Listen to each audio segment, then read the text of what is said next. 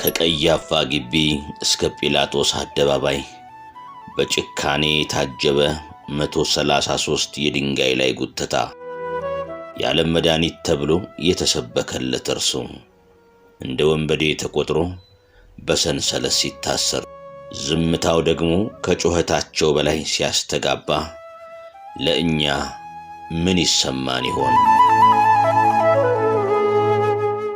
ዛሬ በረቡዕ ድርሳነ ማህያዊ ያንን አስጨናቂና በፈተና የተሞላ የፍርድ አደባባይ ጉዞ እናስታውሳለን።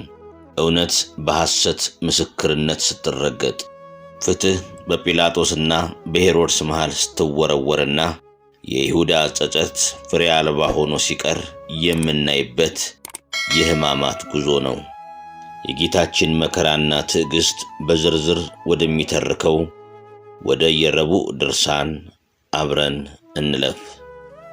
እስከ መጨረሻው አብራችሁን ሁኑ።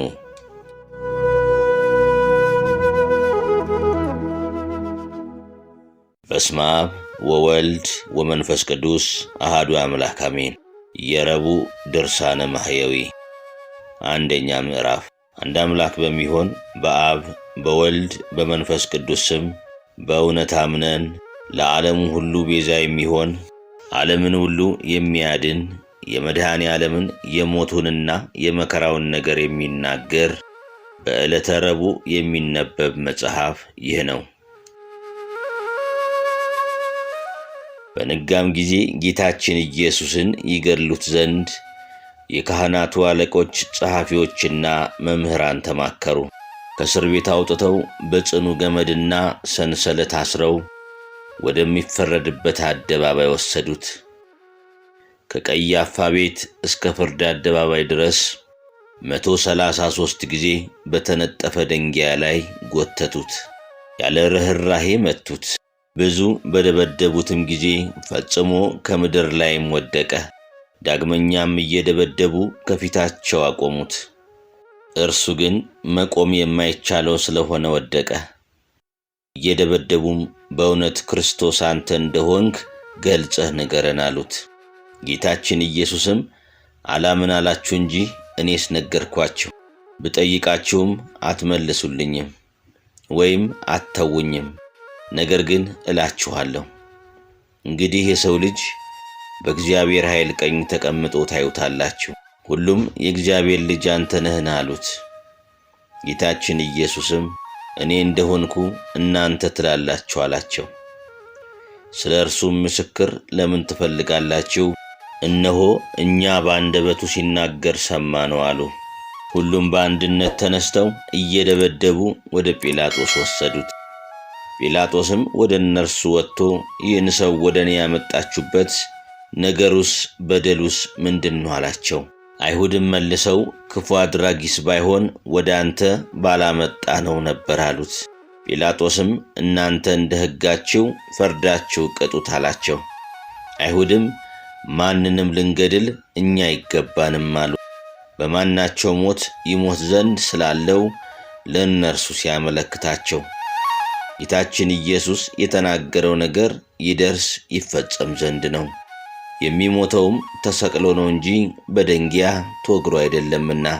ያን ጊዜውን አይሁድ በጌታችን በኢየሱስ ላይ በሌባና በወንበዴ ፍርድ ፈረዱበት።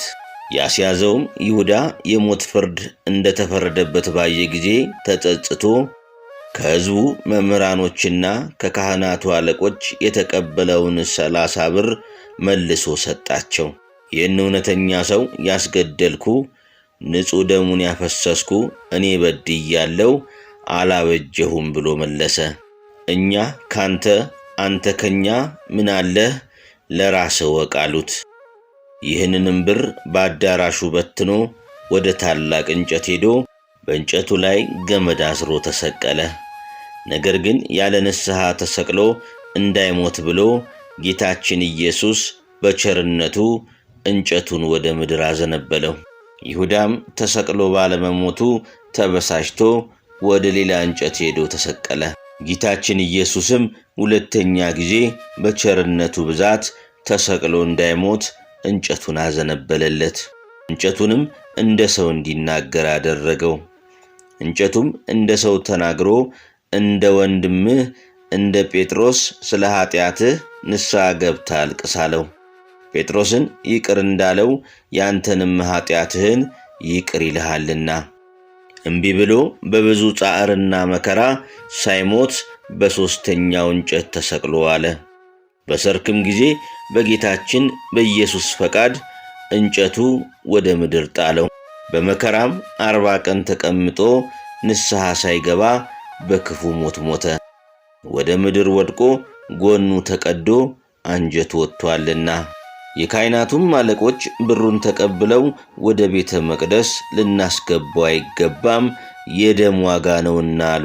ተማክረውም በጌታችን በኢየሱስ ዕውቀት ለመጻተኛ መቃብር ይሁን ብለው የአንጥረኛውን ቦታ ገዙበት። ጌታችን ኢየሱስ ለድሆችና ለእንግዶች በሕይወታቸውም በሞታቸውም አለኝታቸው ነውና።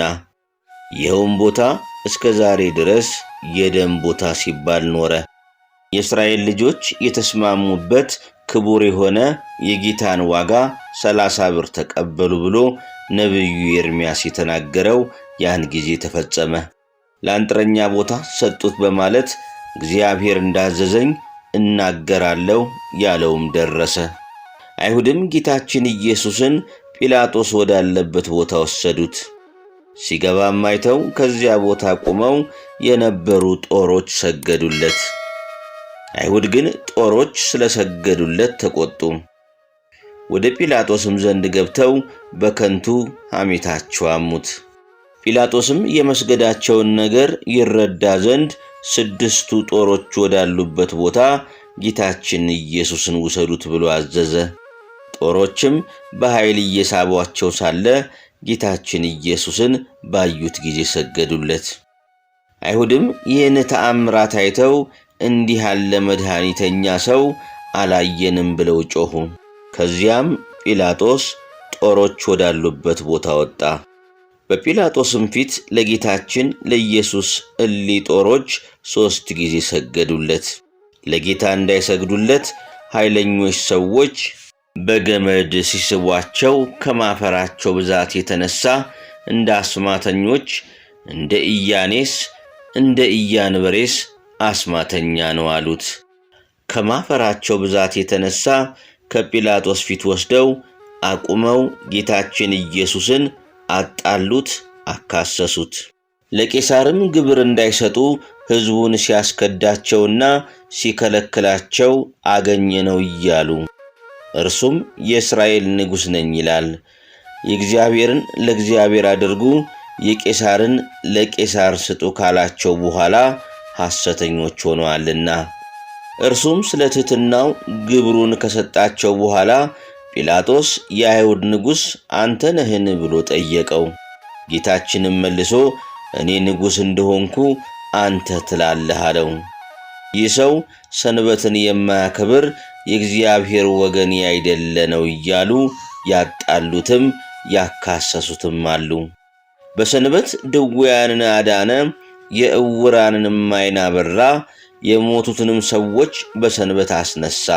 በሥራ ሁሉ ሰንበትን ሻሪ ነው። እንዲህ ሲያጣሉት ሲያካሰሱት ግን እርሱ ግን ምንም አልመለሰላቸውም። ዳግመኛም ጲላጦስ ይህን ያህል ሲያጣሉ ሲያካስሱ አትሰማቸውምን አለው።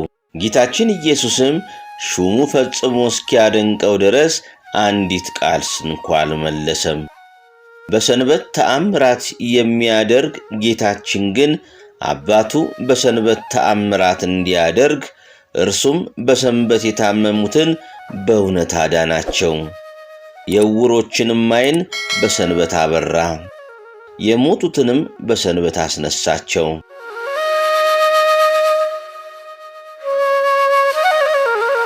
ሁለተኛ ምዕራፍ።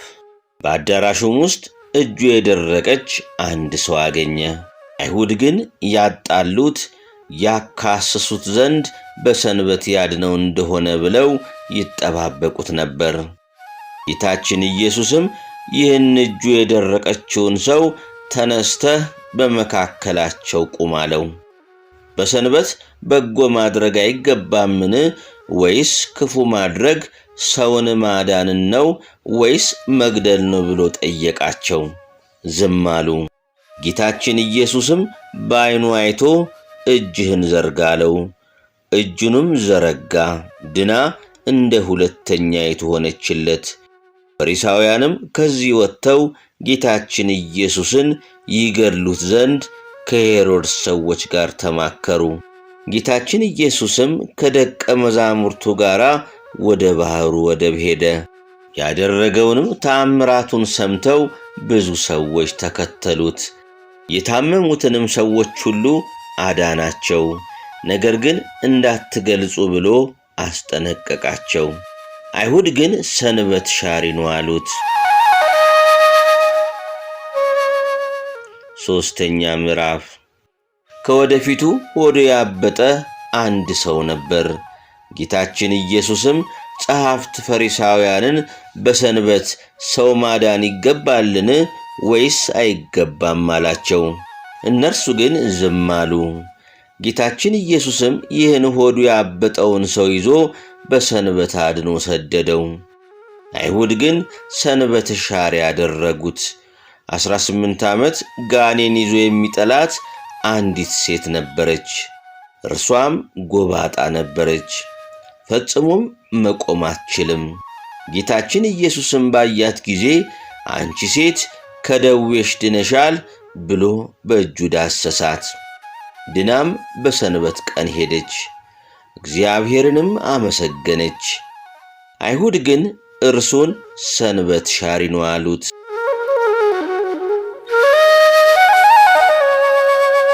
አራተኛ ምዕራፍ። ጌታችን ኢየሱስም በሰንበት ቀን ከዚያ ሲያልፍ ዕውር ሆኖ የተወለደ ሰው አገኘ። ደቀ መዛሙርቱም መምህር ሆይ፣ ይህ ሰው ዕውር ሆኖ የተወለደ በራሱ ኃጢአት ነውን ወይስ በዘመዶቹ ብለው ጠየቁት። ጌታችን ኢየሱስም የእግዚአብሔር ሥራ በእርሱ ላይ ይገለጥ ዘንድ ነው እንጂ ዘመዶቹም እርሱም አልበደሉም አላቸው። ነገር ግን ብርሃን ሳለ የአባቴን ሥራ ሠራ ዘንድ ለእኔ ይገባኛል አላቸው። አንድ ሰው እንኳ ሥራ ሊሠራበት የማይቻለው ሌሊት ይመጣልና፣ በዚህ ዓለም ሳለው የዓለም ብርሃን እኔ ነኝ። ይህን ካለ በኋላ በምራቁ አፈር ለውሶ ዓይኑን ቀብቶ ሂደህ በፈሳሽ ውሃ ታጠብ አለው። ሄዶም ታጠበ፣ እያየም ተመለሰ። አይሁድ ግን ሰንበት ሻሪ ያደረጉት። አምስተኛ ምዕራፍ። ጌታችን ኢየሱስም በሰንበት ወደ አልዓዛር መቃብር እያለቀሰ ሄደና ከመቃብሩ አፍ ያለውን ደንጊያውን አንሱ አላቸው። የሞተውን ሰው እህት ጌታዬ ሆይ ዛሬ 4ኛ ቀኑ ነውና ፈጽሞ ሸቷል አለችው። ጌታችን ኢየሱስም ብታምኝስ የእግዚአብሔር ተአምራቱን ጌትነቱን ታያለሽ አላልኩሽምን አላት። ደንጊያውን ከመቃብሩ ላይ አነሱት። ጌታችን ኢየሱስም ዓይኖቹን ወደ ሰማይ አቅንቶ አባቴ ልመናዬን ሰምተኸኛልና አመሰግንሃለሁ፣ ዘወትርም እንደምትሰማኝ አውቃለሁ አለ።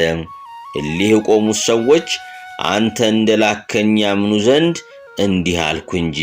ይህን ካለ በኋላ አልዓዛር አልዓዛር ና ወደ ውጭ ውጣ ብሎ በታላቅ ቃል አሰምቶ ተናገረ። ይኸውም የሞተው ሰው እጁም እግሩም ታስሮ እንደተገነዘ ፊቱም በልብስ እንደተጠቀለለ ከመቃብር ውስጥ ወጣ። ጌታችንም መግነዙን ፈታቸው፣ ተዉት ይሂድ አላቸው። ሄደም። እንዲህ ሙታንን የሚያስነሳ የታመሙትንም የሚያድን አምላክ ከጲላጦስ ፊት አቁመው አጣሉት፣ አካሰሱት። ስድስተኛ ምዕራፍ። እንዲህም ካጣሉት ካካሰሱት በኋላ ሕዝቡንና ሊቃነ ካህናቱን በዚህ ሰው ላይ ያገኘሁበት በደል የለም አላቸው። ከገሊላ ጀምሮ እስከዚህ ድረስ በይሁዳ አውራጃ እያስተማረ ሕዝቡን ያውካል እያሉ ሁሉም ጮኹ። ጲላጦስም ገሊላ ሲሉ ሰምቶ የገሊላ ሰው እንደሆነ ብሎ የገሊላን ሰዎች ጠየቀ። ከሄሮድስ ግዛት እንደሆነ አውቆ ያን ጊዜ ሄሮድስ በኢየሩሳሌም ሳለ ወደ ሄሮድስ ላከው። በላከውም ጊዜ ጌታችን ኢየሱስ ከመገዛት ነፃ ሲሆን በትሕትና ሄደ። እርሱ የምድራውያንና የሰማያውያን ገዢዎች ገዥ ሲሆን የምድራውያንና የሰማያውያን ጌቶች ጌታ ሲሆን የሰማያዊው ንጉሥ ልጅ ሲሆን እርሱ የምድርና የሰማይ ንጉሥ ሲሆን በደቀ መዝሙሩ በጴጥሮስ እጅ ከዓሣ ሆድ ወርቅ አውጥቶ ግብር ለሚቀበሉ ሰዎች ግብርን በትሕትና ሰጠ። ሄሮድስም ጌታችን ኢየሱስን ባየው ጊዜ የተወደደ ደም ግባቱን መልኩንና ብሩህ የሆነ ፊቱን ከማየቱ የተነሣ እጅግ ደስ አለው። ብዙ ሥራውን በሰማ ጊዜ ከብዙ ቀን ጀምሮ ሊያየው ይወድ ነበርና የሚሠራውንም ሥራ ሁሉ ሊያይ ይወድ ነበርና ብዙ ነገርም መረመረው፣ ጠየቀው። ጌታችን ኢየሱስ ግን ቃል አልመለሰለትም። ጸሐፍትና የካህናት አለቆችም ዝም ስላለ ቆመው ያጣሉት ያካስሱት ነበረ። ሄሮድስና ብላቴኖቹ ክፉ ነውሳ እያሉ ዘበቱበት። ጌታችን ኢየሱስንም ሄሮድስ እንዳዘዛቸው ብዙ ገረፉት። ሥጋው እየተቆራረጠ ደሙ እንደ ውሃ ወደ ምድር ፈሰሰ። ሄሮድስም ጌታችን ኢየሱስን አቃለለው።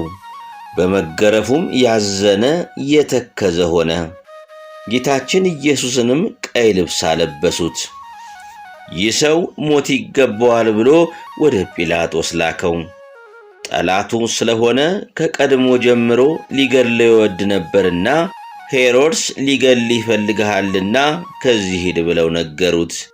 ጌታችን ግን የዚያን ጊዜ እንዳይገድለው ኋላ ግን በጊዜው እንዲሞት አውቆ ይህን ቀበሮ ሄሮድስ ሂዳችሁ እንዲበሉት ብሎ ነገራቸው። እነሆ ጋኔን አወጣለሁ፣ ዛሬም ነገም ሕይወትን እሰጣለሁ፣ በሦስተኛውም ቀን ሥራዬን ፈጽሜ እሄዳለሁ በሉት አላቸው። ለመምህር በኢየሩሳሌም እንጂ ከኢየሩሳሌም ውጪ ሊሞት አይገባውምና። በዚች በመከራው ቀን የፍቅርና የእርቅ ቀን፣ የይቅርታ ቀን፣ ኀጢአት የሚሰረይበት ቀን፣ የሕይወትና የደህንነት ቀን ናትና ከቀድሞ ጀምሮ ጸብ ክርክር የነበራቸው ጲላጦስና ሄሮድስ ያን ጊዜ ተፋቀሩ። ጲላጦስም ከአደባባይ ገብቶ ጌታችን ኢየሱስን ጠርቶ የአይሁድ ንጉሣቸው አንተ ነህን? አለው። ጌታችን ኢየሱስም መልሶ ይህን የምትናገረው ከልብህ ነውን? ወይስ ሌሎች ሰዎች ነገሩህን? አለው። ጲላጦስም እኔ አይሁዳዊ ነኝን? ወገኖችህ የካህናት አለቆችም ወደ እኔ ያመጡህ አይደለምን? ምን ላደርግህ? አለው። ጌታችን ኢየሱስም መንግሥቴስ በዚህ ዓለም አይደለችም ብሎ መለሰ። መንግሥቴስ በዚህ ዓለም ቢሆን አይሁድ ይዘው ወደ አንተ እንዳያመጡኝ ብላቴኖቼ በተዋጉልኝ ነበር። ዛሬስ መንግሥቴ በዚህ ዓለም አይደለችም። ጲላጦስም ንጉሥ ነሃ? አለው። ጌታችን ኢየሱስም እኔ ንጉሥ እንደሆንኩ አንተ ትላለህ አለው። ስለዚህ ነገር በእውነት ምስክር ሆን ዘንድ በዚህ ዓለም መጥቼ እመሰክር ዘንድ ሰው ሆኜ ተወልጃለሁ። ከእውነት የተገኘ ሁሉ ቃሌን ይሰማኛል። ጲላጦስም እውነት ምንድን ነው? አለው። 7ኛ ምዕራፍ። ጌቶቼ አብ መንፈስ ቅዱስ ሆይ አደራ እላችኋለሁ። እመቤቴ ማርያም አንቺንም እማልድሻለሁ። ጌታ ኢየሱስ ክርስቶስ በነፍሱና በሥጋው በተቀበላቸው መከራዎች ሁሉ በመቸንከሩም የሾህ አክሊል ተቀዳጅቶ በመሰቀሉ በሞቱም ወደ ሲኦል በመውረዱ በጦር በመወጋቱ ጌታችን ኢየሱስ ክርስቶስ በመቀበሩ ኀጢአቴን ሁሉ ይቅር ትሉኝ ዘንድ ከኀጢአትም ፍዳ ሁሉ ታድኑኝ ዘንድ አሜን።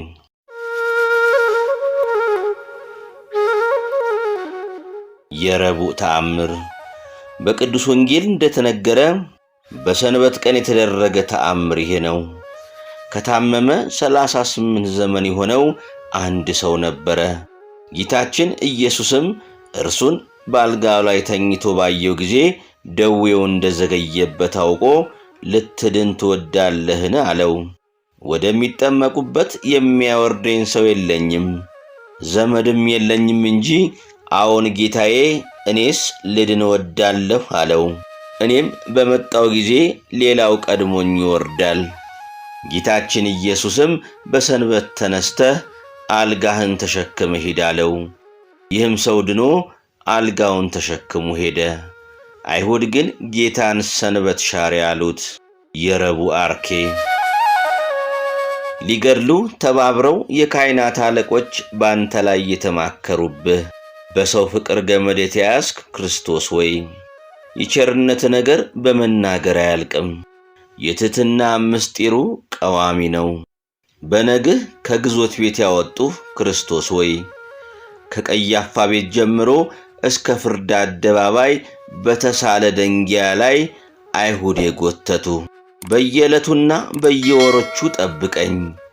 ቸር እረኛ አንተ ነህ፣ እንደ ምንደኛም አይደለህምና ጦሮች በአይሁድ ፊት የመንግሥትህን ገናንነት ይገልጡ ዘንድ በፊትህ የጦሮች ራሶች የሰገዱልህ ክርስቶስ ወይ ወደ ጲላጦስ ቦታ ባገቡ ጊዜ አቤቱ አንድ ሳይቀር ዕዳዬን አጥፋ፣ ቁጥሩ ፈጽሞ ብዙ ነውና።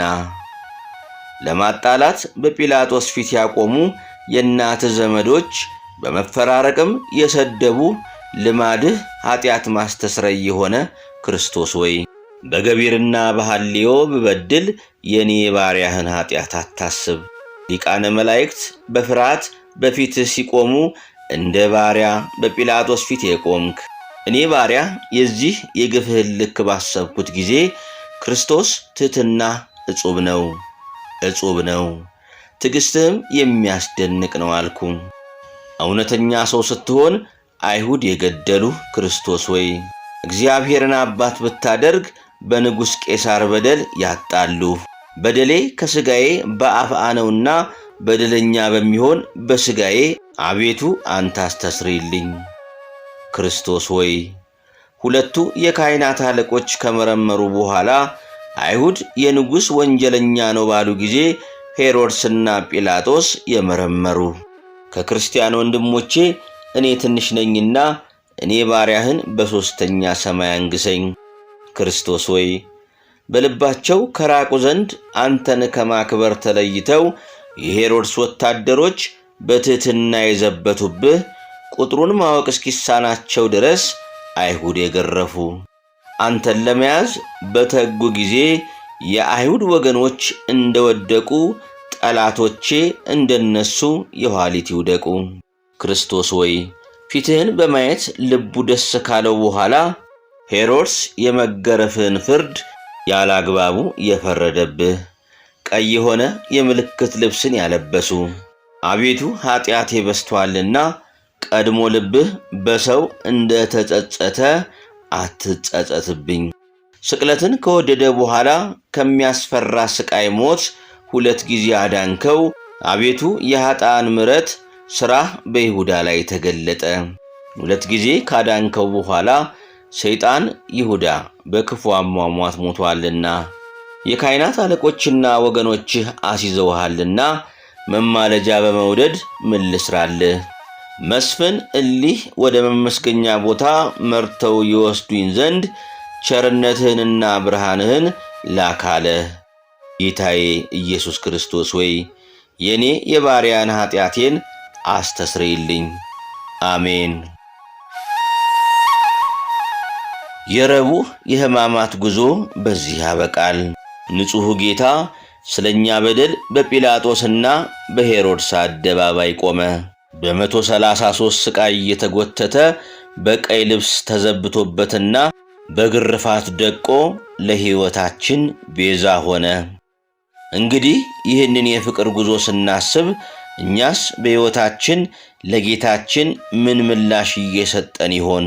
እንደ ይሁዳ በጸጸት ከመጥፋት ይልቅ እንደ ሐዋርያት ወደ እግሩ ስር የምንቀርብበት ልቡና ይስጠን። የጌታችን መከራና ሕማም ለሁላችንም የድኅነት ምክንያት ይሁንልን። አሜን። እስከ ቀጣዩ የሕማማት ዝግጅት በሰላም ያቆየን። አሜን።